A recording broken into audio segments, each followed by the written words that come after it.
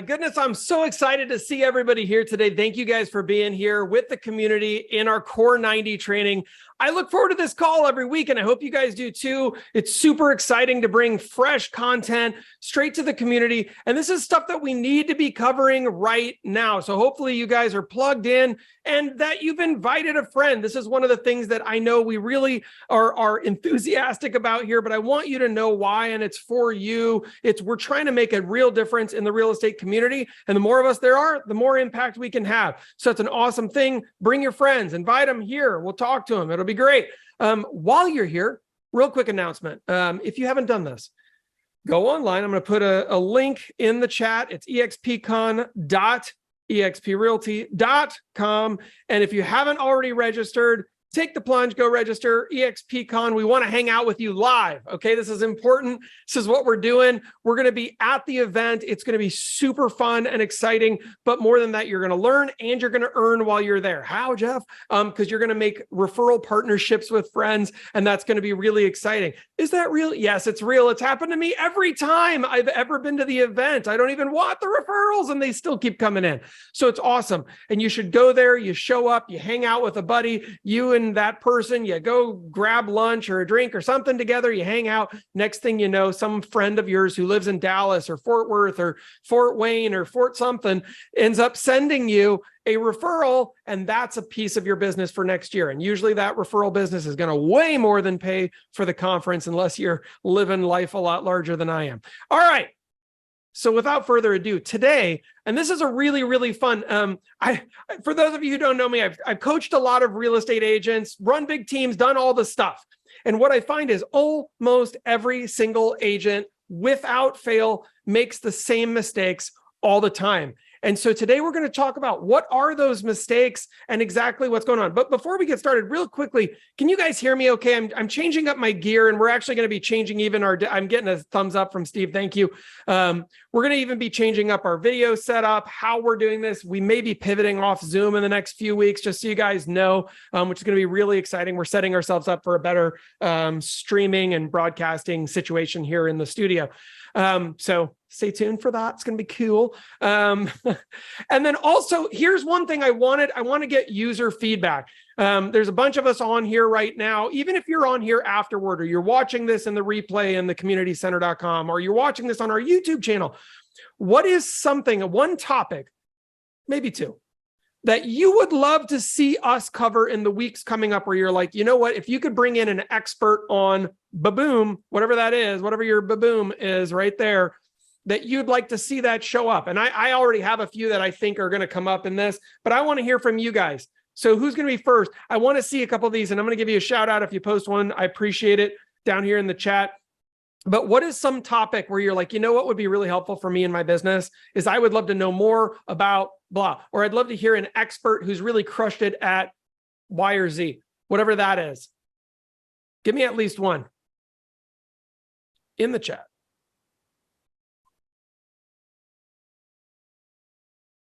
I can't keep going. That's copyrighted. One thing that you'd love to see showing up. Am I just not, is my chat not working? Somebody hit me with one. You guys have nothing.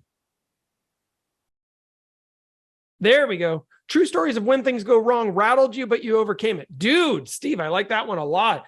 All right. So kind of tales from the crypt, I guess, so to speak. That's awesome. I like that one. How to grow your downline. Jackie says, so kind of a recruiting, team building. I love that. So Steve also says, stuff hurts sometimes. Yeah, it does, man.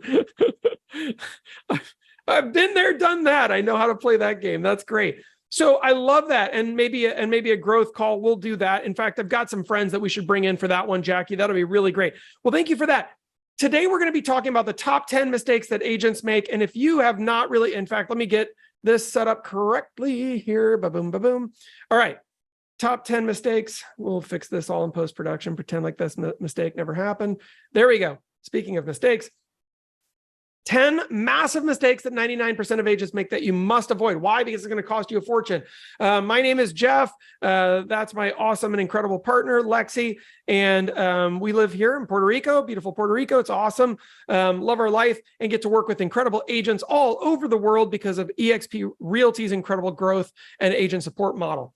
So today we're going to dive into the top 10 mistakes. And I want to encourage this to be as open and interactive as possible. But my goal today is to save you a whale of a lot of money. That's my goal, is to save you time and money as you build your business. These are mistakes that all of us have made that you don't have to make, but they are common. So let's not make them. All right. What's number one, Jeff? Number one, mistake number one. And I see this one so common. And these are in no particular order, by the way. So it's not like number one as in the biggest mistake. No, but just mistake number one here is marketing instead of prospecting. Marketing instead of prospecting. I'm going to give you some numbers so I can sell your brain on this one. You're going to need both. But a lot of agents want to lead with marketing because it's low impact and low rejection, and they don't go into prospecting. We did a whole call on prospecting last week, so I'm not going to belabor this one, but I want to give you just a couple of sourced pieces of data. 5 for sale by owner phone calls equals 1 appointment. 10 expired phone calls should equal 1 appointment. This is in the market that I was in. These are rough numbers. 100 circle dials, which like digital door knocking, 1 appointment. Or let's go the marketing route really quickly. This is according to postcardmania.com. You would need to send 3,000 postcards for 1 appointment, which at roughly, let's just say, even if you were sending them, mailing them, right, at 50 cents a postcard, which would be astronomically low, that'd be $1,500 for an appointment that's not guaranteeing you get a piece of business. Let's say that you need 4 appointments to get 1 piece of business. So you need to spend $6,000 to get an appointment that converts into a closed piece of business. Is that good for business? No. So why do we want to be IPA focused? Does anyone know what an IPA is in your business? And I'm not talking about the one that you get down at the brewery. Steve's living in Colorado. He's like, I know what an IPA is. Come on, brother. Right? No, what is an IPA in your business? It's an income producing activity. And today we're going to be talking a lot about IPA focus, spending your time, energy, passion, all of your gifts on IPAs, on income producing activities. In fact, maybe getting rid of almost 100% of everything else. Anything that's not making you money, why are you doing it? Honestly, think about that. If it doesn't make money, what does it do exactly in your business? You can say a lot of stuff, but we really are in business to make money.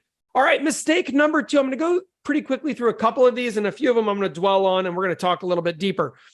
Mistake number 2 is not building a data bank. I call it data bank, not database. I love that. Brian Simmons did an awesome training about 6 months ago for us here on Core 90, where he talked about building your data bank. So if you need to circle back to that one and figure out how he goes granular on that, it's really incredible. But here's what I'm going to tell you more than anything is that your data bank is the lifeblood of your business, and you are in business to build your data bank. That is what you're doing. If you think it's something to get to closings, no. If all you're doing is getting to closings and then they close, that's a persistent going out of business sale. Think about that really quickly. If all you're ever doing is building up closings and then closing them out, then you're always just going out of business, which means your life will constantly be chaos and stress. I promise. I've done it. That's how I know. I made that mistake. I made this mistake. All right. So look at these stats, though. This is pretty exciting. You guys may have seen that. How many have seen this statistic before? 88% of clients that were surveyed, this is from NAR, by the way, said that they would use their last real estate agent again, but only 12% of them did. Look at that inversion statistic right there.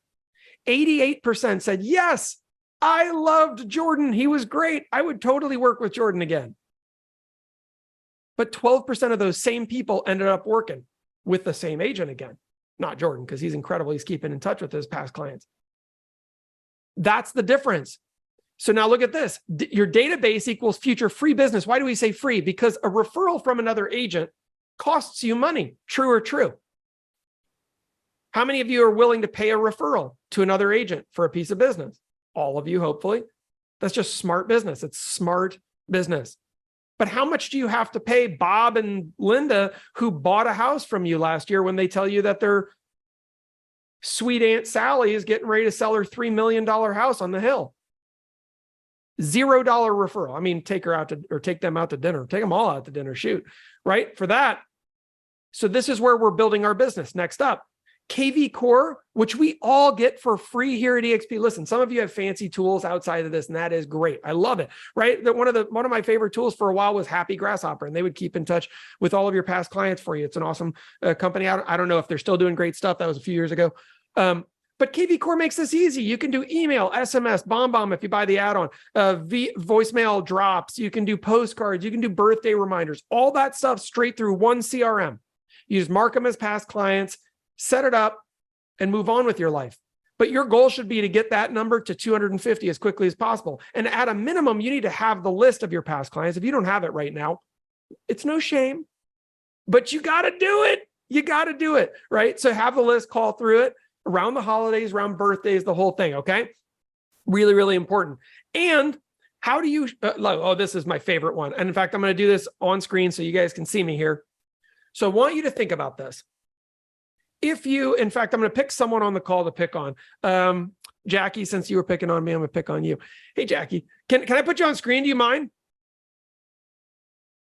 You look great. Your hair looks awesome. Whatever. It's all Dude, good. I did my hair today. I am who I am. You love me, you know? I do. All right. So listen, Jackie, if you had a $1 million listing appointment this afternoon at 4 p.m., would you show up for it? Yeah. Absolutely. That's awesome. Would you be on time or early even maybe? Early. Always early is better than awesome. late. What if you had a monster headache? Would you skip the listing appointment, the $1 million listing appointment? Would you skip it because of that bad headache? Fake till you make it. Right? No, not a chance. Of course not. You're going to go. You're going to show up. What about if one of your friends calls and says, hey, we're going to do something fun. You should skip that stupid listing appointment. Come hang out with us. Would you just go to the listing appointment instead? I'd say I'd be going making money. You guys enjoy. Heck yeah. And all of us are just like Jackie. Now, I'm not going to pick on you for the second half here because this is where we get into lesson part, by the way. Thank you, Jackie. I always love it when people participate. That's awesome. So check this out. Now, all of you probably had that same feeling. I would be the same way. $1 million listing appointment, I'm not going to miss. Make an appointment with yourself to build your database. Make an appointment with yourself to call your past clients. And then treat that appointment with yourself as importantly as the $1 million listing appointment that you would never miss. Your spouse comes in and they say, hey, I need you to fold this laundry. Not right now. I'm sorry, I have an appointment for the next hour. Most important appointment of my day. I'm going to speak to 5 of my past clients. This is how you build this part of your business. It must become an appointment, not an option. If it's an option, you'll get rid of it. Why? Because you don't really want to do it anyway. I know because 99% of agents aren't doing it. But if you want to stand out and be part of the 1%, then you have to do what the 1% does, which means not what the 99% are doing. All right, let's keep going. So you show up for that appointment with yourself for sphere of influence, for lead generation, for calling past clients, whatever it is. Anytime you're building your business, that appointment is the most important appointment of your day. It's your $1 million listing appointment every day. Okay.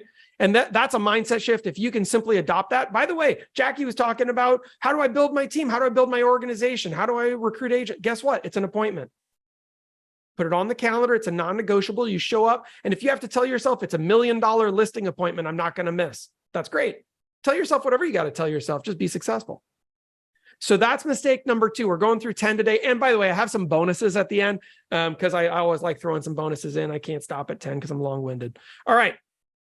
Mistake number 3 is spending money instead of effort. How many of us have done this one? How many of us have accidentally just felt like you're just trying to throw money into a fire, right? To hopefully turn it into business. It's frustrating, really stressful. And if you want to talk about something that you can do in your life that will reduce your stress, stop trying to solve all your problems with money. Solve them with effort initially, and then use your efforts to amplify your money situation. So let's go through some points on this one. All right. So number 1, early on, spending money alone is a lazy way to build your business. It's a magic bullet strategy again, right? We're just trying to magic bullet our way to success, but effort is free. It's taxing on you, but it's not taxing on your bank account. And I promise you, you will sleep better if your bank account's full and your energy is depleted at the end of the day, as opposed to your bank account being depleted and you still have plenty of energy because all you did was sit around every day. We can hear it just when I say it that way. I promise it's true. So early on, especially in your business, but early on can restart whenever it needs to restart, if you know what I mean, right? Sometimes we got to go back to early on so we can knock it out. Number two, money should not ever be spent carelessly. It should be spent cautiously and then held accountable. What does held accountable mean? It means if you spend $1, you should be wanting to get 10 back. How do I know? You can track it. That's how most people do it. Hard to know otherwise, right? It's kind of like going to the gym to lose weight, but you don't know what your weight is and you never weigh yourself. Well, I'd say then you're not going to the gym to lose weight. I mean, you're going there, which is good. That's a start. But if you're going there to lose weight, you got to weigh yourself. If you're going to your business to hold money accountable, you have to measure it, right? So measure it.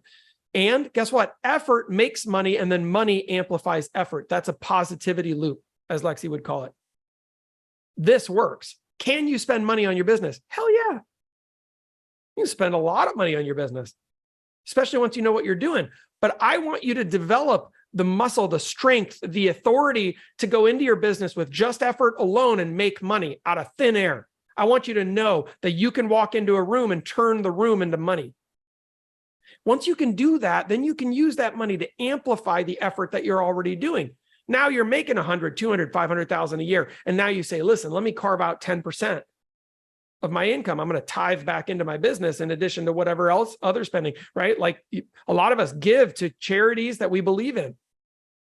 I have friends that give 10, some 20% of their income outward. That's great. Give some of it back to your business and feed the business. But you have to do that once the business is already positive. And the old expression, you have to spend money to make money. That is absolute BS. Bull snarky. No, you do not. That is ridiculous. Been coaching agents for years. You don't have to spend 1 cent to make anything if you don't want to.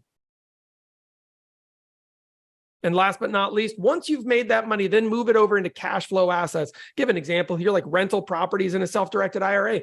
Well, I don't have that money right now. Fine, that's okay. But guess what? Here's what I want you to do. Have a long view for your money.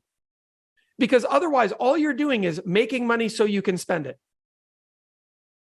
And making money to spend it is going to be a depression cycle, right? Every single year, you're going out of business, you go back to zero, and now you got to start over again. How many people want 10 years from now to feel as stressful as right now does?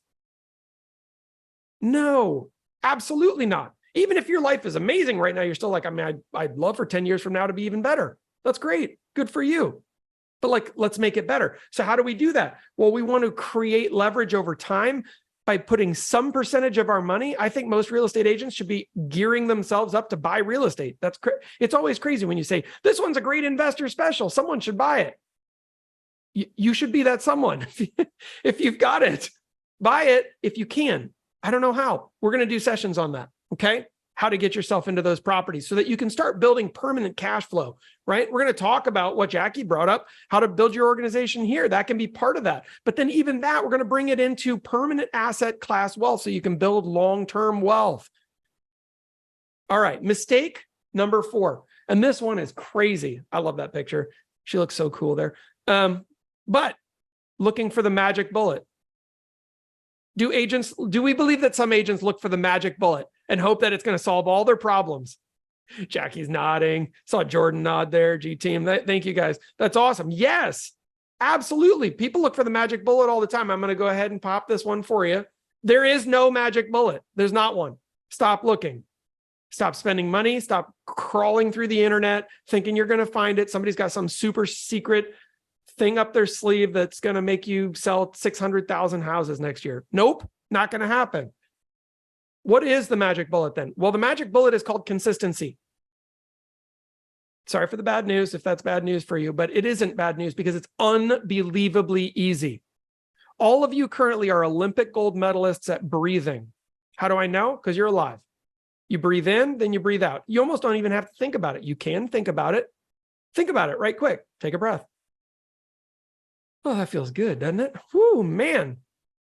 but you don't have to think about it because it's become reflex behavior. And consistency will build into your business as a reflex behavior so you can do the right things. Dedication is what will create those strong results for you over time. But an inconsistent approach, and this is a humongous mistake. How many of us have ever been like, well, I tried open houses and they didn't work. And then I tried door knocking and it didn't work. And I called FSBOs and that didn't work. And it's like, well, okay, well, how much of each of those things did you really do? Did you do it for at least 3 years?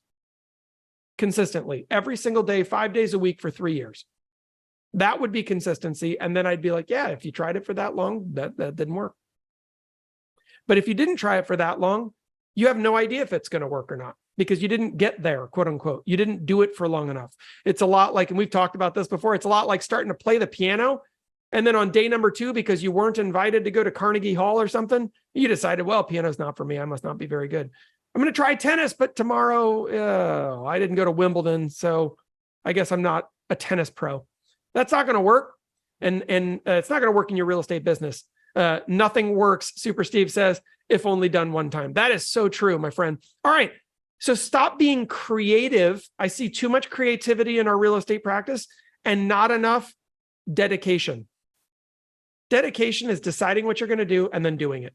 And doing it again and again and again. I like calling it the mastery of the mundane. If Colby knows that he gets bored when he just does something that seems repetitive again and again and again, but he holds himself to it and he decides to master being mundane at something that feels mundane or repetitive, or it's like, oh, do I really have to do this? Guess what? He will wrap up. You could wrap up year number 1 in real estate making over $1 million if you're simply willing to do the small repetitive tasks. But if your mind wanders because you haven't put the barriers there and gained control, this is true for all of us, then guess what's going to happen? You're going to be over here 1 minute and then over here and then one over here, and your brain's going everywhere and wondering what's next. And you're not going to be able to tackle your career in a true way. So magic bullet thinking is lazy thinking. So just stop, as Jim Rohn would say, stop wishing it was easier and just wish that you were better. In fact, don't wish, make it so, number 1. All right. Mistake number 5. Mistake number 5. This one's big for agents, is avoiding video. Oh man. How many of you, okay, come on. A little bit of confession time. How many of you, in truth, are currently avoiding putting video into your business? Like, it would help. It's unbelievable. I'm going to show you the statistics in a moment. So trust me, get ahead of me on this one. It would make a positive impact, and yet you're not doing it. You're avoiding it. I feel like the worst mistake is making the video, going back and watching it, because it's horrible. You judge yourself so fast. Totally. It's absolutely true. Yeah, right. So there's so many of these things. In fact, how many people have ever like sung somewhere and then you hear a recording of yourself later and you're like, yeah, I'm never even having one beer at a karaoke party ever again, because if I ever get on stage, I'm going to have to throw myself off the Golden Gate Bridge because clearly that needs to never happen again. Right. It's awful. It's awful. Even if you're a good singer, you still might be like, dude, I don't think I'm as good as right. So the same thing happens on video. You hear your voice the way other people hear it. As Lexi always puts it though, and I hate to break it to you, that's what you look like and sound like. You just may be finding out for the first time, but that is what and people still like you. They love you. Everyone thinks you're great. Don't worry about it. You just got to get past that. But yes, you're right, Jackie. Do not go back and watch if you're trying to tackle this. That will be your living nightmare. So let's go through some points on this because you got to get into this part of the industry, or otherwise pretty soon you're not even going to be participating in the industry. And I saw some of us put our hands up. I think Chad put his hand up on this one, avoiding video. All right. There are currently over 2.6 billion people just on YouTube each month. 2.6 billion. There's only 8 billion in the world. So it's over a third of everybody is actively on that platform looking at stuff. There's 260 million active users in the United States out of the 350 current residents of the United States. And by the way, the rest of them are all probably just like, under 10 years old. So it's not going to matter. 87%, according to HubSpot, of marketers know that video has a direct positive impact on sales. 91% of all consumers surveyed by Oberlo want to see more online video content from their favorite brands, which, by the way, their favorite brands are going to be the ones with video, as it turns out. Only 9%, listen to this. This is why you can still win with this, guys. 9% of all marketers, and this is across every industry, not just real estate. I would argue it's closer to 1% in real estate. Only 9% of marketers create regular video content, but 96% of educated marketers believe that it's critical to success, according to Dash. So here's what I would argue. Go create an imperfect YouTube channel today. In fact, we're going to do trainings on this one. I think I saw it show up in the chat. Not sure. We're going to do trainings on this one. We're going to bring some people in who know what's up. Create an imperfect YouTube channel. How do I do that? Go onto YouTube and type how to start a YouTube channel. This is not hard, guys. It doesn't even have to be for realtors. In fact, I would argue you're going to get lesser content because even the geniuses on doing this in the real estate space are not geniuses in the YouTube space yet. Go to people who know how to do this for pure video content on YouTube. All they're doing is leveraging it as a platform to sell. Learn from those people. Don't learn from other real estate agents who are like, I sold 100 houses. Great. Good for you. I want to learn from the guy who sold 6 million things on Amazon last year. I want that guy to show me how to build my platform. Just trust me on this. Those are called digital marketers, and those are the folks you need to be learning from. Create an imperfect channel. Why do I give you permission to be imperfect? Because if you need to be perfect, you're never going to do it. So create an imperfect. In fact, I'm telling you, make it imperfect. Make an ugly YouTube channel. Just get started. You can fix it along the way. I would love for you to text me later today. Jeff, I made an ugly YouTube channel. Woohoo! That's awesome. My number is 541-531-0975. Text me later today.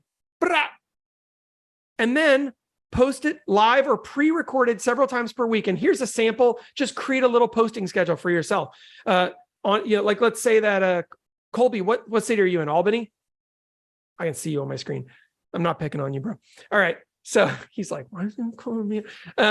So he's in Albany, right? So new listing in Albany on Monday, recent sale in Albany on Tuesday, open house in Albany on Wednesday, living in Albany, Oregon series, part 483 on Thursday, the state of real estate in Albany, Oregon, part number 294 on Friday. I mean, you got to start at 1 and then get to 294, but you guys get what I'm saying. And then that goes through a cycle. Why is that important? Because I've put the key term in there that's important every single time. My city, my state, and then I'm simply posting. Here's what's interesting. YouTube is a search engine, but it's looking for up-to-date content. So if you're the person posting the most and the most relevant, you will be featured the most. If you want a way to go to page 1 on Google overnight, do this today. You could be there tomorrow. This is not hard, guys. Well, what if mine doesn't look very good? Listen, if you have an iPhone or an Android right now with an up-to-date camera, I promise you, you are shooting better video than 99% of the videos that even the stuff that I put on YouTube looks like crap because it's through Zoom. Sorry, Zoom, but you guys suck, man.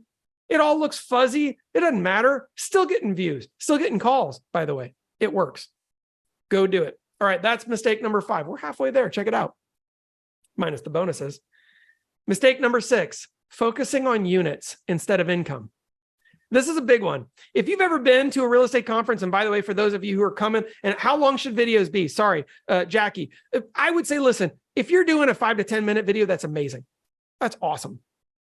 That's what I would argue. And in fact, if you're doing something that length, you can also grab reels out of it. There's a whole bunch of stuff to do. Steve just put his channel there in the chat. If you guys want to subscribe to each other, I think that's a great place to do it. Go ahead and put your channels there. We'll all subscribe to yours, right? Get some subscribers. That's awesome. But Jackie, go ahead and create a 5 to 10 minute video and then go ahead and snap some reels out of it, whatever you want. YouTube does prioritize their new shorts platform right now, which you're going to have to do that through mobile. There's a whole bunch of stuff. And by the way, if you don't know how to do your video setup, like the stuff that I'm doing here, these little overlays, the stuff that's on my screen, this is all through a free software called OBS. This stuff's easy to do. You can even do your own little like punch ins, punch out, all this kind of stuff that I do. These are all just stickers that stick over. That's like, if you've ever used Canva, this is all just stickers and stuff. This stuff's easy to do, guys. I learned how to do this from a 10-year-old kid that lives in Japan on YouTube. You don't need to be a genius. You need to be present. And by the way, don't do this during the golden hours of your business when you should be calling your past clients. Do this at 9 p.m. instead of eating Cheetos, getting drunk, and watching reruns of Desperate Housewives, right? This is what you should be doing with that time. You can still watch your TV, just put YouTube up there and learn how to make more money. And then later you can watch Desperate Housewives on your yacht, okay? I promise. It's still going to be there. except it's going to be even more desperate and more housewifey. All right. I like that show actually, but it's been a minute. All right. Focusing on units instead of income. Agents do this constantly. If you see people ever get on stage at an event, they'll tell you, I sold 700 houses last year. That's amazing. How much money did you make? Because if the answer is $0 after expenses, I'm not interested. I've never been to a real estate conference where agents disclose their net income. But agents who focus on units, not net income, are like for sale by owners, focusing on commission instead of net income. A for sale by owner is worried about paying something. But they don't understand that if they pay you 6% and they make 8% more because of the market dynamics that now work in their favor, that they get to keep the extra 2% on a $400,000 property. That's an extra $8,000. Take your family to Disney. You're welcome. High five. We both win, right? Over here, it works the same way, guys. Focusing on units is silly. How do we focus on income? Let's talk about it. Units are just not the only way to earn more money in real estate. In fact, there's 5 key drivers. We can cover all 5 of them if you want, but your net income is most directly tied at least to units, but also what's your percentage of commission? You should know that on all of your deals all the time. How could you control percentage of commission, by the way, more? Focus on buyers versus sellers. I would focus more on what? Listings as much as you can over time. If you can figure out a listing lead generation strategy that works for you, for me, that was predominantly for sale by owners and expireds. A lot of people go different routes for that. That's awesome. Eventually, you want it mostly coming out of your past clients. It's free, low energy. Keep in touch. Happy people love happy people. It's going to be a great business to run, but you have to build it first, right? Price point, which is volume. In other words, you get paid more. Same paperwork, $1 million listing versus a $200,000 listing. Which one's more valuable? Well, one of them pays 5 times more money if everything else is equal. So the $1 million listing, for sure, just trust me. At one of our first line agents here at EXP down in California, and she double-ended, not too long ago, double-ended a $6 million listing that she took. Took 2 days, got a cash buyer, closed it in under 7 days. The paycheck that came to her after splits, $176,000. I don't know, but she only sold 1 house, so she's a loser, right? That's what I'm trying to get you over. Yes, 1 house, almost 200 grand. I think that's pretty good. If you're focusing on units, then you need to have 10 times more in your pipeline than you need to close in order to win big. So if you've done the math on your business and you say, well, I need to close 2 transactions a month, great. Then you need to have 20 viable candidates at all times in your pipeline. 20 viable candidates in your pipeline. Right? I'm focused on my pipeline all the time. This is a cut up piece of paper. That was my pipeline from yesterday. You guys are like, that's trashy. Yeah, but it's effective. And I can see it. It's right there. It's amazing. It's in my face all the time. Guess what else? Track your pipeline instead of focusing on closings, and then work it like it's your job, because it is. What's a pipeline, Jeff? I know Bob and Sue said that they want to buy a house, but they're willing to wait, but they definitely want to buy, and probably by the end of the year. That's a viable person. I put them on my pipeline. I calculate what's their good midpoint price point. I calculate if they're on the buy side, probably 2.5. If they're on the list side, I would write 3.5 because I know what I charge. It's just me. It's an opinion essay. Don't hold me to it. But check this out. Then I can calculate what's my gross commission income, and then I can calculate how much money coming to me is in my whole pipeline. What if I have 20 of those? Now I can see, well, I've got $2.4 million that I could make if I can just close these 20 transactions or whatever, right? Pick a number.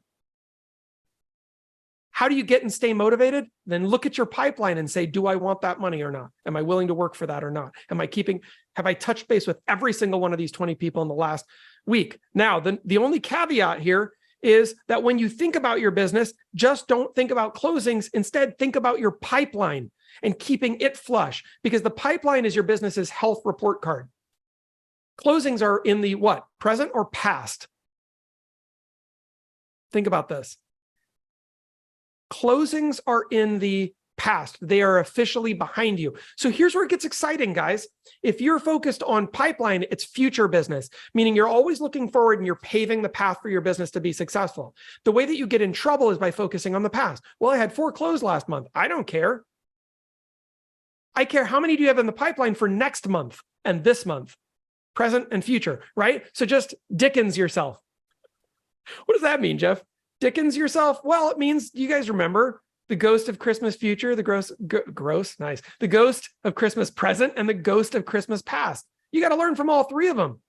Closings are just the past. Think about the future and the present. That's tracking your pipeline, understanding how much is sitting in there. And last part is play the escrow game. If you've never checked that out, go inside the communitycenter.com if you're already with us and watch the escrow game. But it teaches an 8x multiple to understand basically the speed of your business as it's moving down the road. And you can track this all the time. But effectively, it's a way to understand my next closing is on this date and I need to replace it with another escrow as soon as possible. Escrows are present. Pipeline is future, closings are past, okay? Just a way to think about your business that's going to change everything. Mistake number 7, not focusing on your mindset. Oh, Jeff, are you really going to talk to us about mindset? Heck yes. In fact, if I was only going to talk to you about one thing ever, and I was only ever allowed to talk about one thing all the time, the only thing I would talk about would be mindset. I think it's the whole entire deal, to be honest with you. But the other stuff's kind of fun. I like it. Why mindset so much? Because the people with the most powerful mindsets control the entire world. Let me repeat that. People with the most powerful mindsets control the entire world. Hold on, I'm going to do it again. People with the most incredible, dedicated, well-defined mindsets control the entire world, guys, the whole entire world. And it's all mindset. You might think that there's other stuff. Well, I need to know other things. No, you don't. You need to master your mindset. And I can prove it. I don't even need to. You can just go out and look at the evidence. But the best business owners, and I know because I talk to some amazing people just constantly, they're in my world, have surprisingly similar mindsets. Right? When I went to Thanksgiving this year, Lexi and I, we went over, we hung out, and we were at Gene and Susan Frederick's house. That was awesome, right? And we were just with, I mean, honestly, it was probably like the top 50 people in all of residential real estate were all at that place for that specific Thanksgiving. Why does that matter? Because everyone sounds the same. It's not that they're the same person, it's that they've read the same books. They've listened to the same podcasts. They understand the same things. They think and act and behave and drive the same way. Why? Because it gets the same results.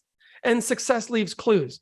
So learn from the greats. Who are the greats? Jim Rohn, Dale Carnegie, Zig Ziglar, Tony Robbins. I put some weird ones in here that you may not know of. Joe Dispenza, if you want to master the art of attraction.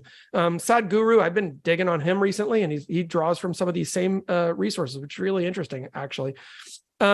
Your thoughts control everything, and they attract or repel whatever you want or reject. If you can control your mind, every single thing else in your entire business will follow. I guarantee it. If you can take nothing else away from today, if you can't control your mind, if you're feeling distracted right now, it's because you can't control your mind. Sorry to bust your bubble. It's true. If you find yourself looking all over the room, if you find yourself, I don't know, falling asleep, if you find yourself drifting off and thinking about Xbox, if you find yourself, whatever it is, it's because you do not have the control. How do I know? Because Lexi and I are part of a top-level mastermind through the Tony Robbins organization. We'll go to a 5-day event that's 12 hours a day for 5 days. And we will be 100% in for 5 days, 12 hours a day. No distraction, no phones, no nothing. Is that hard? No, but it requires training. It requires dedication. You should learn the law of attraction. Joe Dispenza, amongst a lot of others, learn it, execute on it. I'm not going to cover that today, but oh my gosh. It's basically if you truly believe that something is true, then it is true. It becomes true. This may sound a little woo-woo for some of you if you're just getting started on your path. I can tell you time and time again, this works. This will change your entire life. This will change your outlook. And if you're looking for one thing where you can turn the key and overnight take yourself from I'm earning $50,000 a year to I'm earning $3 million a year or 30 million, I don't really care what your goal is, right? This will move things in that direction very rapidly, much more quickly than you can even believe. Oprah believes in that. Seems to work okay for her. I don't know. She's worth over $1 billion, maybe a few of those. Practice daily gratitudes and create mental anchors. If you've never done this before, gratitudes are literally, I am grateful for X. I am grateful for. Why? Mental anchors are, I just had a victory, right? If Areli just got a new client and put them under contract, I would recommend that she literally clap her hands, say yes, push her hands up in the air, look up, push her chin up, take a huge deep breath and say yes loudly. Why? Because that surge of adrenaline that would come through her body programs her brain to connect it to the positive outcome. Now, here's what's interesting. If you do that enough times, you start training that with consistency, then later, before she goes into appointment, hopefully when no one can see her, she could be in the car by herself. She could do that same exact pattern that she's been patterning. And if you've ever studied Pavlov's dog, this is what it is. The exact same surge of adrenaline, all those good emotions, all the same positive energy would come through her, and she would be 100 times more effective in that sales encounter. And if you don't think that works, try it for 2 weeks. I promise you 2 weeks on that one will change your entire world. And last, learn NLP, neuro-linguistic programming, and use it on yourself. You can hypnotize yourself. You can program yourself. These are all things that you should be doing, in my opinion. And this is just one guy. You know, what do I know? But I will tell you, it works. It worked for me. And I'll just give you that much. I don't come in like I know everything. I don't. I'm a work in progress, guys. But I'm here. So, you know, and so are you. Might as well take something away from it. Being busy, that is a mistake. All right, first off, I think busy is a 4-letter word. Last I checked, it is actually a 4-letter word. And I'm going to encourage you to completely eliminate it from your vocabulary. Or at least to treat it like the 4-letter word that it deserves to be. Now, I'm going to give you some rationale here. Hopefully this helps you a lot. Being busy is not a badge of honor. So I wrote here, my very first question that I like asking my coaching clients is, are you in business or are you in busyness? If all you are is busy and broke, then you're doing a lot of really dumb stuff. Because it's not creating outcomes. And outcomes are the only thing that pay bills.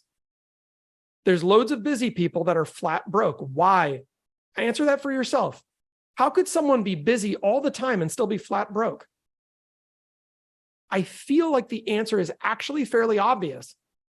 It's because the things that they're doing don't generate income. I could spend 12 hours creating a perfect marketing flyer and then not give it to anyone because I got too busy to give it to anyone. I just created a beautiful piece of marketing, but it didn't get distributed. I didn't talk to anybody. Nothing really happened at all. It's a bit of a, if a tree fell in the forest and turned into a marketing flyer, would any bears something? I don't know how that metaphor really works. All right, next up. Focus on IPAs only. We already covered what an IPA is, right? Again, not Super Steve out there in Colorado getting some microbrews. An IPA is an income producing activity, an income producing activity. How do you avoid the trap of business versus busyness? Is that you focus on your IPAs every day. They are non-negotiable. In fact, they may be the only thing you actually need to be doing. 2 agents, right? 2 separate agents. One of them does paperwork all day long. The other one only calls their past clients, their friends, family, everyone in their cell phone, and then reaches out and does direct messages all day for the rest of the day on social media, and then checks all the referral groups. Those are all purposeful IPAs. Over here, best paperwork you've ever seen. Who's making more money? I feel like that one's obvious. The person doing IPAs. Well, who's going to do all their paperwork? I don't know. I don't think they probably care with that much business. Being busy is bad. I'm just going to call it bad and good. I don't like words like bad and good, but I'm going to call it what they are. Being busy is bad. Being productive is good. If you can work 1 hour a day and get 2 listing appointments, freaking high five, homie. If you work 8 hours a day and you're just tired and nothing came of it, then you just wasted 8 hours. You have to think that way. Otherwise, this is not going to work. Next up, hard work, guys, is only effective when it's focused on the right things. Think about it this way. If I take the most powerful laser beam, right, in the entire world, if you ever watched Austin Powers, I love laser beams. All right. But if you point it at the wrong thing, nothing happens, right? If I don't point the laser at the target does not get vaporized. But it's the most powerful laser, doesn't matter. It's not being pointed, right? And think of the laser beam as your energy and efforts. If your energy and efforts are pointed at the wrong things, they create no impact for your business. None at all. Next, never brag about being busy. I just want to fix this one for you guys. Fix it. If you feel like, if you tell yourself, or you even catch yourself, gosh darn it, I am so busy right now. Whoa, pump brakes. Look at your calendar, figure out what's going on. There is something, there's a glitch in the matrix. You got to find it. Okay, I promise. And it's out there. You just got to identify it. And that is part of working on your business instead of in your business. I promise that will be powerful for you. Next up, number 9, we're moving forward here. And I, like I said, I have some bonuses here at the end, and we're going to really dwell on those. Not dwell, but we're going to go deep on those so that you guys get some real like punchy value at the end here. We're going to go off slides. But mistake number 9 is not following up. So I've had some insanely powerful coaches in my career in real estate, which has been really awesome, super helpful, love it, appreciate it. Some of these folks are just incredible. And one of the coaching sessions that I had a number of years ago was with a gentleman, and he said to me that his firm belief, and he had coached probably north of 10,000 real estate agents, it was unbelievable, owned his own coaching company, all this kind of stuff. And he said, the truth of the matter is his core belief was that if agents simply converted all of the leads and followed up with all of the potential business that arrived into their ecosystem, that they would on average be doing 10 times the amount of closings that they currently are. So how many did you close last year? Well, I closed 15. Great. You'd close 150 if you did all of the correct follow-up that you should be doing. And we can go deep on what that follow-up really looks like, because you might be like, well, I don't think so. Yes, just trust me, because he went deep on this with me and sold me, and I'm now a firm believer in this concept. All right, so if you plant an entire garden perfectly and then you never water that garden, what happens? Well, but I planted the garden. It's got all the right seeds. It's in the right location. It's got perfect sun. Yeah, but no water. The water is the follow-up, by the way, in this particular analogy. Without water, those seeds don't grow. With water, right environment, that's going to be perfect. So you can get a lot of business from that. We already said the 10X rule. So let's keep going. Following up is an income producing activity, and it must be treated as such. It's part of your job, your job. You have a job. The question is whether or not you're a good employee. So be careful not to throw alarm clocks into graveyards. This is one of my favorite sayings. The only catch on this one is when you get too stuck on a small pipeline and following up with it. What does that look like? Right? Has anyone ever been in this trap? I can see Jason Giles on here, awesome team leader, right? What's up, Jason? Has anyone ever, Jason, I'll just ask you actually, do you mind? I hope you don't. So Jason, have you ever been stuck in the trap where you, let me kill this. There we go. What's up, bro? Where you have too few leads, or maybe even just one lead that you keep following up with because they seemed promising and then they never turn into anything? 100%. Yes. Yeah. Right? We all have. And how does that feel when you've been applying so much effort, energy, and time into one person and then it doesn't mature? It's funny you called me on this one, because this is actually some of what we've been talking about with prospecting versus pretending, what we talked about before.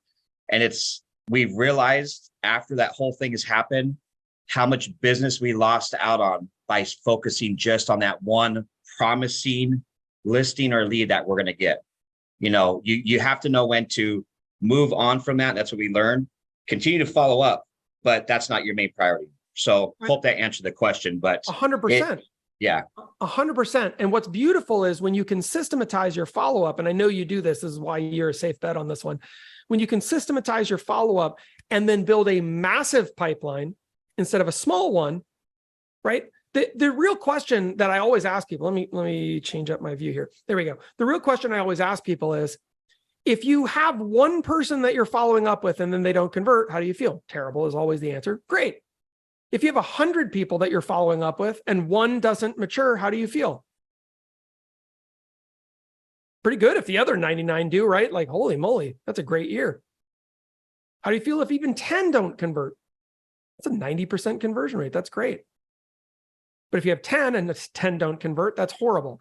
So this is why we have to always go for the law of large numbers on this. This is why I say whatever you need to close, you need 10 times that in your pipeline, always. And then you work your pipeline like it's a job, right? Because it is. It's a job. It requires effort, but it's good effort. It's an IPA, right? It's an IPA for sure. Let's go back to the screen here. So follow-up's an IPA. Throwing alarm clocks into graveyards just means when a lead is dead, it's dead. If they haven't answered your call for 5 weeks, then set them on the once a month plan. Don't keep trying to throw an alarm clock into the graveyard and waking up the dead. It doesn't work. Instead, build that massive pipeline and keep moving. Look for right now business. Look for applicable business. It's not that you don't nurture those leads. Long-term nurture is follow-up, and it's truly part of your business, but you can systematize and automate that. Follow-up, by the way, is great customer service. I know agents who lean away from following up because they're worried or afraid that they will be annoying. I work with my insurance agent because they followed up with me, not because they were the best. In fact, I work with a lot of people because they followed up with me, not because they were the best. Because I can't remember that I even need insurance because I'm focused on my IPAs probably, I hope. I don't think about it. But them following up with me is great customer service. Oh, thanks. Yeah, I know I need to get this done. I appreciate you following up. I do. People are busy. They get busy. And when they don't take your call, they're not rejecting you or the opportunity or your listing appointment or your buyer appointment or the fact that they still want to buy or sell a house. Doesn't matter. All of it has to do with the fact that you need to follow up, not them. Stop expecting them to remember you. You remember them. And then use a system. Do not wing this. You can't wing it. It's not a fakeable thing. You must follow up like a professional, which means you have to be a professional. All right. Mistake number 10. We're not done after this one, but it is number 10 out of 10, which is fun. Mistake number 10 is not having a plan. You have a business. Do you have a business plan? Some agents, by the way, think that a business plan is a document. It can be. You can document it. That's great. But a business plan means that you know where you're going and how you want to get there and what your daily activities are that you will be doing and engage in regularly to get you there and how you will spend money. Some of those types of things. That is your business plan. It means you literally know what your approach will be. Think about it this way. If you wanted to pick some other extraordinary thing, win a race, right? I'm not a marathon runner, but I have a buddy who's a good marathon runner. If I decided I wanted to be a marathon runner, I wouldn't be like, well, I'm just going to start running a lot. That's a terrible plan. I will get injured. I will never run a marathon. I probably won't even lose weight. I'll just blow my knees out. And then that's the end of that. We all know that to be true, but that is what happens in business. Well, how much business do you want? More. How much more? A lot. Okay. That's not a plan. It's hard to hit the bullseye on a target that you can't even see. And the only person that can put that bullseye out there is you. And that bullseye is called a goal. And the goal should be income related, not units related, as we mentioned earlier in the call. So how do we do this? Well, first off, not having that specific goal and business plan ensures that you're heading to your goal. Will kill your business if you don't have it. Okay. Reverse engineer to your goal. What does this mean? It means you need to start doing activities. This is why we do activities first and then do a business plan, maybe a quarter mile down the road. Because we need to see which activities work. You know, I can see an amazing agent in Florida and Oregon, Linda McComish on the call. She calls her past clients. That's an incredible income producing activity.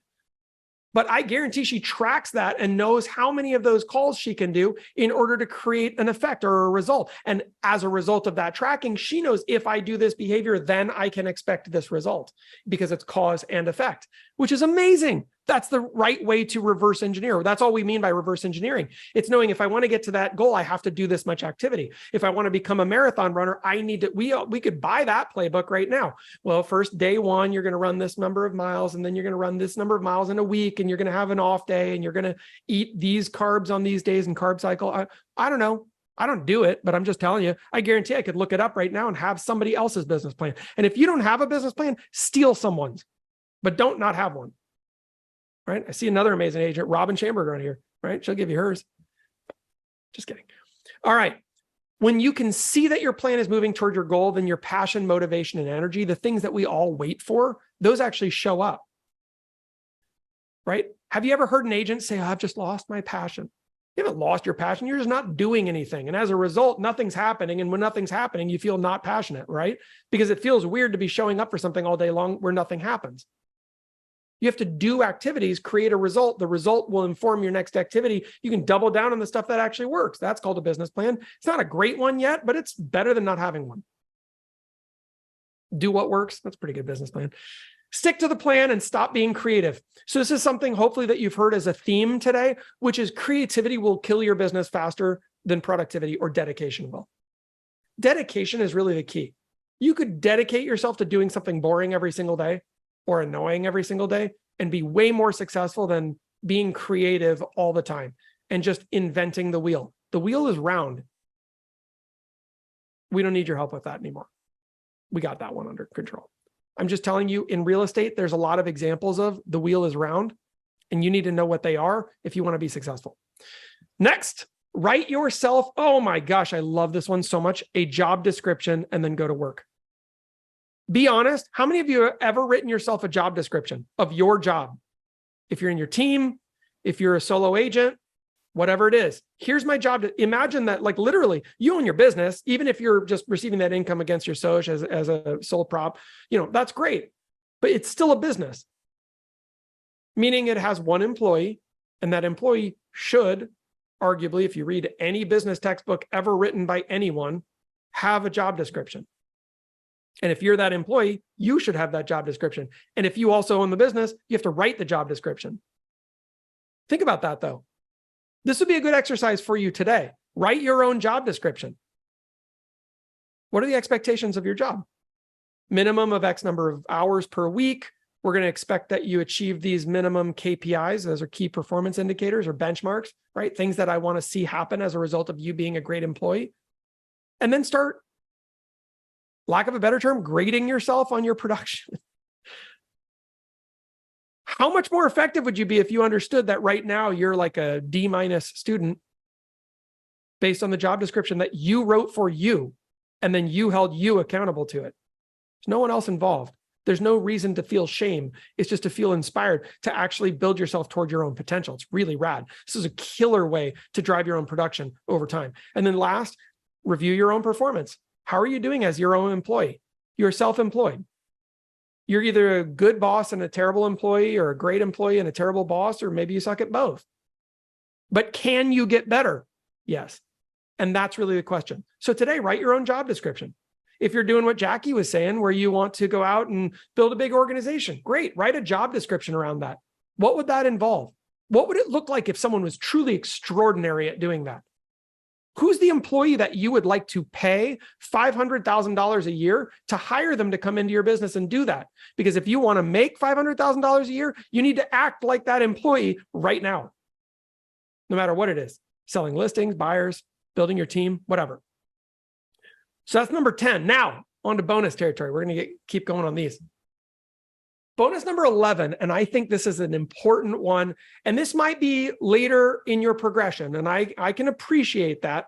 So if you're like, I'm on day number 2 of real estate, awesome. This may not just yet be for you, but put this one in the back of your mind, because I promise you this matters. First off, we're going to define this term, leverage, right? If I take a really, really long metal pole and I put a rock right here, right? And then I bring the pole up like this, and there's a boulder on the other side, I can go like that. And if I'm far enough this way, I can move that boulder, even though I could not possibly lift that boulder. I could lift a car with a long 2x4 if the 2x4 was strong enough.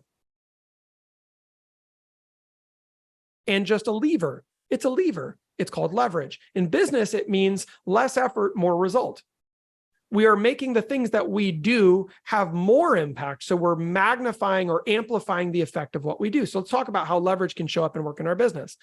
So not leveraging is a mistake, especially if you're a producer. If you're doing this and this is part of this is core to what you do and you're full-time in real estate, then you need to be thinking about leverage over time. Not all of these necessarily are for you, and I can appreciate that, but I'm going to give you some great examples.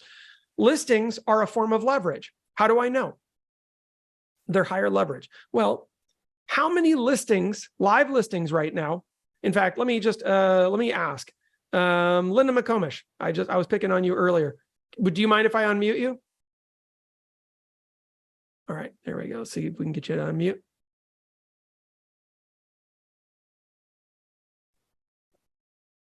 Wait for it. Linda McComish, everybody. All right, here we go. So, hey, Linda. So how many listings could you carry at any given time? Just hypothetically, if the world just started giving you listings, where would you like start tapping out? You're like, I can't take any more listings, any more live listings. Probably 20. Great. So 20 listings at a time. And then you're going to start needing to either hire an admin or some staffing or bring on a partner agent or something like that. Great. 20 listings. How many active buyers? They're actively wanting to go out and shop for houses. How many active buyers could you work with at a time? By myself, probably Yes. 4 or 5. Okay. Let's call it 4. That's a 500% increase. Same. And by the way, this is roughly the same for every single person I talk to. Thank you, Linda. You rock. So listen, can you imagine if your whole entire business was really focused on generating listing opportunities? And by the way, listings create buyers. For those of you who maybe don't know this, if you're a buyer's agent on a team, I would recommend that you look for listings and pass them to the team. Not joking. Why? Because you will have more buyer opportunities as a team member, even if that's all you're working in the team. You might be able to work both. I'd be looking for listings like crazy, like fire. Right now in particular, it's a beautiful time to be looking for listings. Well, they're not out there. Yes, just at the end of the month, there will be X number of listings. The question is how many of them are yours, not whether or not they exist. You're not going to create fresh inventory. You're going to glom onto inventory that will go to somebody else if you don't go get it. That's how this works. Okay. So they're still going to happen. And I guarantee if you go into your MLS, I don't care which one you're in, there are listings right now. They're either yours or someone else's. I'd rather they be yours. So listings are leverage. Why? Because a couple things. Number one, you can work more of them at a time. Linda said she could do 20 and only 4 active buyers. That's huge. That's a huge difference. And I would guess, by the way, with like a listing coordinator, she could probably take that number to like 60 active listings. That's crazy. Still 4 buyers. Next up, TC or admin. This is where we were just saying, maybe an administrator of some nature, maybe just a full-time admin to take off your task, some of the clerical $15 to $40 an hour jobs, so you can focus your time and energy on $600 an hour jobs. The IPAs are $600 an hour jobs, and they should be done during your golden hours, during the time when you can actually work because you can talk to your clients during those hours. 2 a.m., not a golden hour. How do I know? Because my insurance agent better not be calling me then. If she calls me at 2 p.m., that's fine. We're good. So this is a form of leverage, right? Do you need them all? Not necessarily, but a transaction coordinator might be right. I saw that Kimmy Fernandez, amazing agent, by the way, posted she uses a TC. That's terrific. So did I. TCs will provide unbelievable leverage in your business, but not until you're ready for it. I see some agents trying to put leverage in too soon and then they overspend. The thing I like about maybe an outsourced TC is that it could just represent a percentage of your business, or maybe a flat fee like $350 at closing. You only pay when the deal closes, meaning you only pay for money that you've already earned. That's great. Eventually, where does your leverage go? Maybe you need a partner agent, or you're going to build a team. That's incredible. You're going to be a part of a team. By the way, being on a team is a form of leverage, in case you didn't know that. It's not just the team owner who has leverage, the team member has leverage. Everybody has leverage, and it's a win-win environment. That's why they work so well in real estate. Teams are awesome. Team might also be coming in different shapes and sizes, and I've heard a lot of different ones out there that could work. Referrals in and particularly out. A referral in means somebody else has already found the business. You just take the business, go work it, you pay a flat, but it's out of closing, 25%, 35%. I don't know what your negotiated rate with your other agent is, doesn't matter. But you're paying a fixed percentage. You can calculate your income and it represents leverage. Why? Because I didn't have to go out and find that business and take time to do it. If I send out referrals, could that also be leverage? Heck yeah. What if I find a piece of business on a referral group that's 3 hours away from me, but in the same state? So I'm authorized to talk to them. I find a partner agent who's willing to work there. And I say, listen, every once in a while I get business that comes up in your area. I'll pass those referrals to you, but I just want a 5% finder fee. They pay the originating agent 25%. You take 5%, they keep 70%. Everybody walks away happy, and you just made 5% on a deal for a 3-minute phone call. Well, that's too clever, Jeff. All right, well, we'll tame it down then. Next up, recruiting to EXP. Is that leverage? Hell yes. Somebody name another type of listing that you can take that pays you every single year forever and can go take other listings. But that's an agent listing at EXP. Is that worth your time and energy? Yeah. In fact, in a minute, I'll put my Calendly link in here. If any of you guys want to schedule a three-way call with me to talk to your agent friends, I'm happy to do it. Why? Not because I want to recruit them, but because I want to introduce more agents to the best real estate opportunity that's ever existed in real estate. And if they're not hearing about it from you, they're going to hear about it from somebody else. And I'd rather they benefit you and be a part of what we're doing here to change lives and create an impact in this industry. Next, cash flow assets. This is late stage for those of you who are selling a lot of real estate.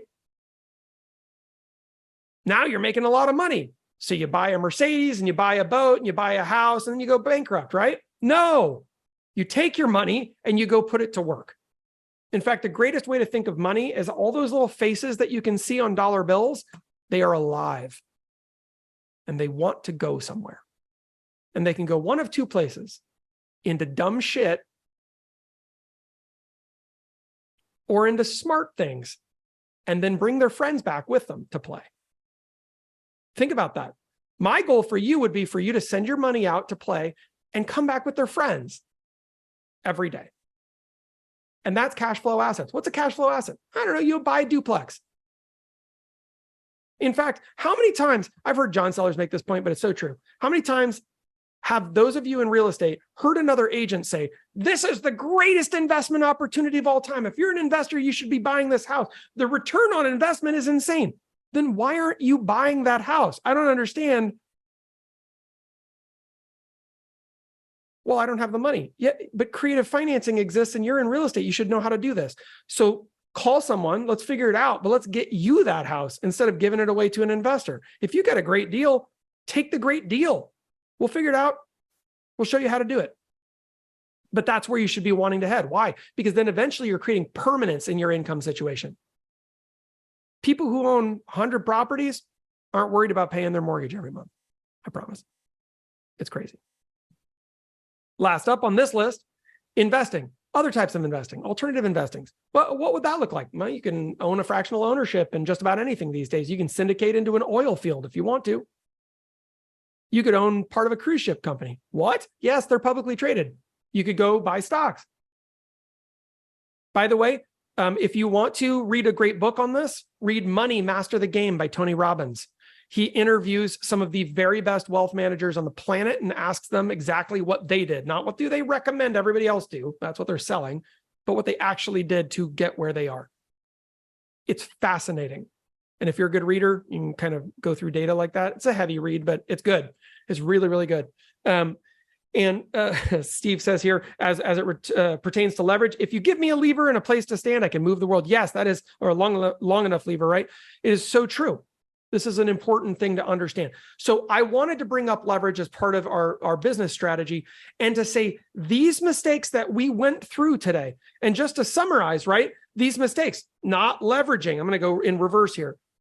Not leveraging was a big one. Not having a plan, not following up, being busy, not focusing on your mindset, focusing on units instead of income, avoiding video, guys. What are we doing right now? Looking for the magic bullet, or spending money instead of effort, not building your database, and marketing instead of prospecting. If those are all things that you're doing right now, can you change? Jim Rohn says the fun thing about your life is that you can change it overnight. All you have to do is just make a decision. But a decision needs to be accompanied by action. Otherwise, it's just a bunch of blah, blah, blah, blah BS. How many people say every January 1st, I'm going to lose 100 pounds this year, right? Then it's December 31st and they've lost money on Doritos, but they have not lost weight. That's a decision. It's actually a series of decisions. It's actually multiple micro decisions every single day, all year long, which makes that failure kind of terrifying to really think about. But so for you, what is it? Well, we make one decision and then we choose to, Chad just put it there, focus. We focus on that decision. How do you do that? Write it down on a piece of paper, super glue it to your wall or your forehead or whatever you need, right? So that you can't avoid it any longer, and then place it somewhere where you can see it and be excited about it. Put it on your mirror in the morning. You need to develop a big why around all of these things. But I think this is super, super powerful. And these mistakes will categorically wreck your business one after another, after another. And hopefully you've been able to resonate with some of them. But even if you're like, I'm killing it on every single front, I'm nailing it on all of these, and I make none of those mistakes, which by the way, good for you. That makes you pretty damn elite. But I will say, then you're going to be talking to agents and you can bring this value forward to them. And that's all I would ask is pay it forward. Jason. Buddy, this is why I jump on these every Wednesday, because these are things that we all know, just it's the reminders, right? So I'm just going to touch on a couple of them because this was ahas to me, a re-aha, let's say. Being busy. How many times, when a client says to me, oh, I know you're really busy, that doesn't mean I'm phenomenal at my job and I got a lot going on. That means that they have the perception that I'm too busy for what they need. So I need to make sure that they don't feel like that, right? What I just started implementing is anything that I need to get done that doesn't, it's not an IPA, income producing activity, I'm doing before or after what would be business hours, before 9 a.m. or after 5 p.m. I'm going to drop off my dry cleaning. I'm not going to leave the office at 3 o'clock if I haven't made all my calls to go drop off my dry clean. Also, when you talk about focusing on the income, we had this talk the other day, one of the agents and I, when we were talking about, getting listings, creating listings. And we were talking about listings inside of manufactured homes. And I said, hey, that's fantastic. However, if you become the expert in that manufactured home park, then you will be the one doing 10 deals when someone else only has to do 2. I'm not saying don't go get those, but let's be careful what we're after, right? So let's focus on what is going to be most productive for us. And then that was kind of an aha, with the team that, okay, well, yeah, we want those listings, but we'd rather have 2 really great listings than 10 that are going to take up all of our time. And then when we talk about leverage, and this will be the last thing I say, because there's so many great things on here, Jeff, you always bring fire, you bring power, and man, you are one of the hilarious people I have met, and I love what you bring.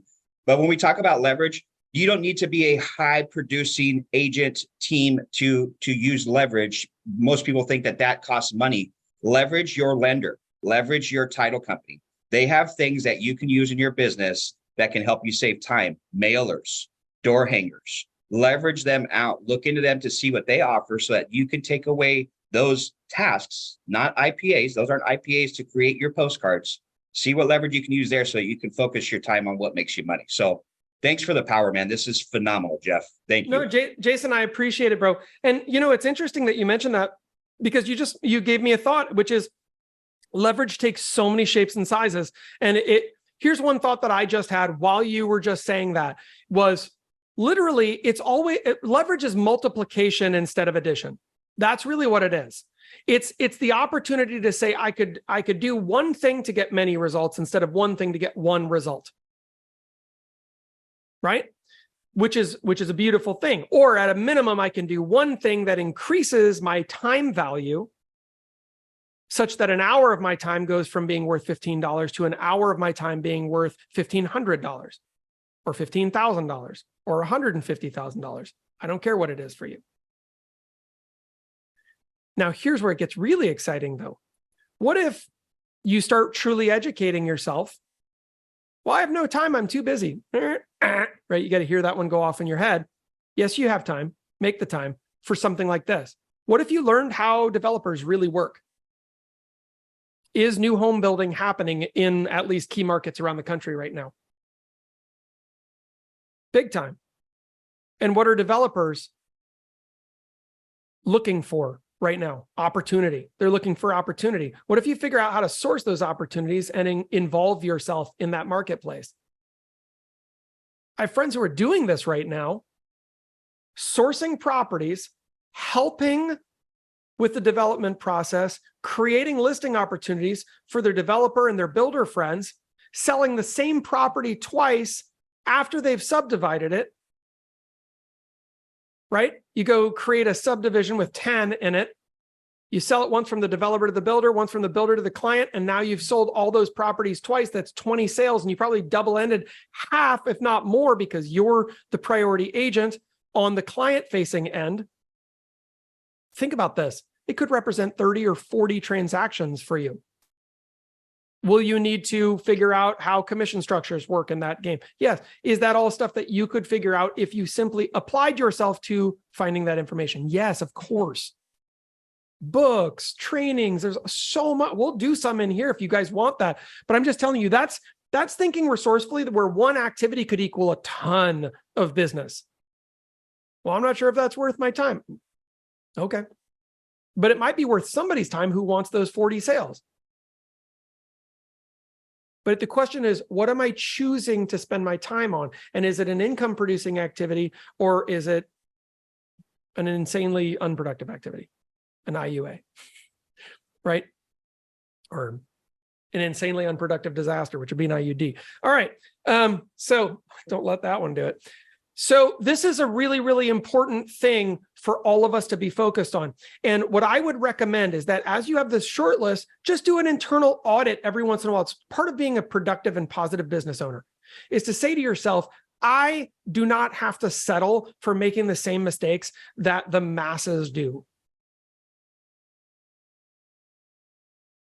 But if you run with the masses, then you'll live like the masses. If you act like the classes, you'll act and live with the classes. What does that all mean? Why was he talking about masses and classes? The masses is the herd. It's what everybody does. The classes is what the elite do. And you can say, well, I don't need to be in the top 1%.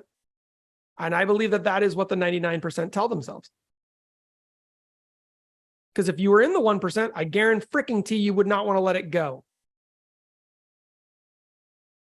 So don't delude yourself into believing that you don't want whatever's next for yourself.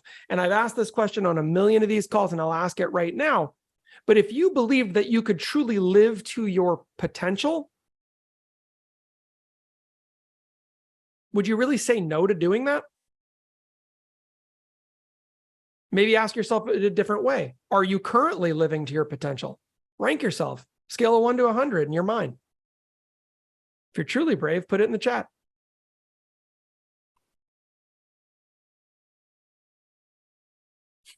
Jason wrote nope. He didn't even try for a number, right? I love it.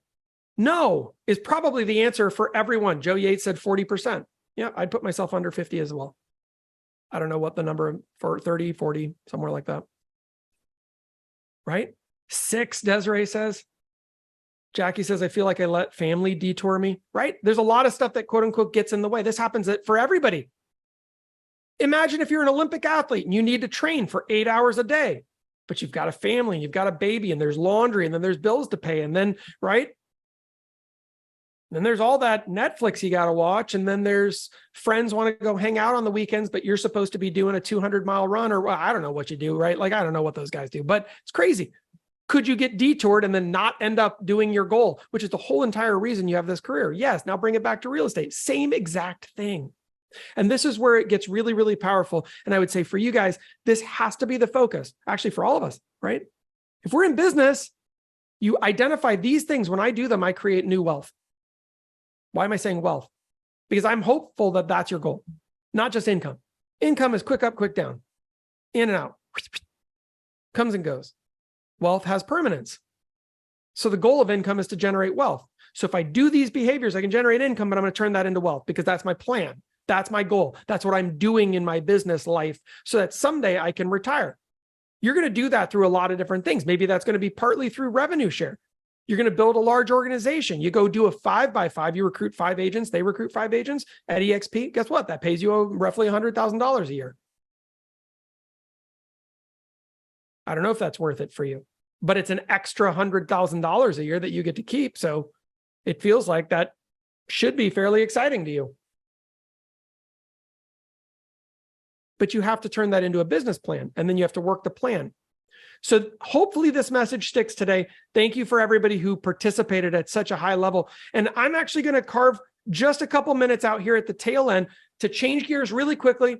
And I just want to ask one quick favor from everyone who's already in the community. If you're a guest, thank you so much. But if you're already in the community and you are going to EXPCon, even if you've already let us know, we're keeping a rolling tab.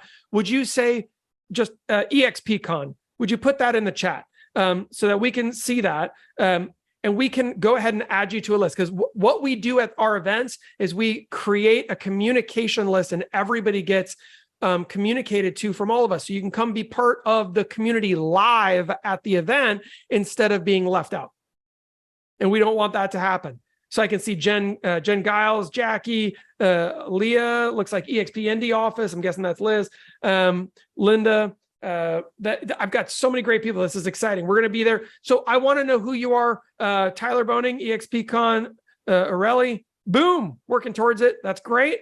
Joe Yates, Allie. This is really exciting. And the reason we want to be able to communicate is we're going to come together. We're going to have some like conversations. If you've never been to an event like this, we go down to the little cafe, or they've got little bars or eateries or hangouts or whatever. And we can sit there, we can talk together. A lot of really cool stuff happens in the big room. You've got 5,000 people. Everyone's all fired up. There's sound systems and laser beams, and they're doing all sorts of crazy stuff. That's awesome.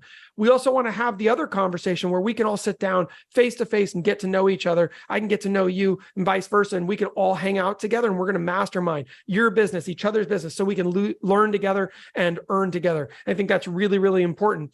And then last but not least, if you guys haven't recently checked out thecommunitycenter.com, go to the front facing version of the website. And what I would like for you to do is we keep all of our events up to date on there. It's not just events that we do, right? Mostly not that. In fact, what we're putting on there right now is events that we believe that you should be aware of. So there's other stuff coming up. If you're like Jackie and you say, I want to grow my organization here at EXP because I love selling real estate, but I also love helping agents, not just clients. That's amazing. And EXP pays unbelievably well for that, right? It's like owning a franchise of Remax or Keller Williams or Century 21 or Coldwell Banker, all these other great companies, but they give that opportunity to one person only. At EXP, we just happen to have given it to all of us. For me, that's more fair because everybody has the same opportunity instead of hoarding the opportunity and giving it to the richest person. It's up to you though. But at EXP, the way that you decide to participate in that is first off, buy your franchise rights. That's $149 to join. And then start doing something. I can see Jordan Mead on here. He's already started doing it, right? Jason Giles does it. Jackie's doing it. So what I know is people are doing this. This is how our company's grown. Well, has anyone done that? Yeah, we have 90,000 agents for a reason. All of them were invited by someone else. How cool is that, by the way? Grassroots, baby.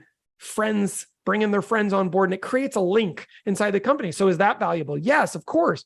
I want all of you guys to be able to participate in all of the opportunities that we have here. So I just wanted to really, really double down on making sure you're aware of those events so that if you want to go check that out, go to one of the build events. That's incredible. We'd love to see you there. That'd be great. Come to EXPCon. Bring a guest to an event. What? Yeah. You want to know what the industry average is for guests joining if they come with you to an event? It's like 95% likely that they will join. It works like that. It's crazy. Okay. So hopefully you know about that now. That's incredible. And then the very last announcement is that in the coming weeks, I'll probably carve this out at the end of this deal when we put it up online, but we're probably going to be pivoting off of Zoom. We're looking at a couple other products that are much better for streaming and allow us to do multiple simulcasts in different directions. So we're trying out some new stuff. Just want to brace you for that. The location will not change. It's going to be the same .com you've been using to get here.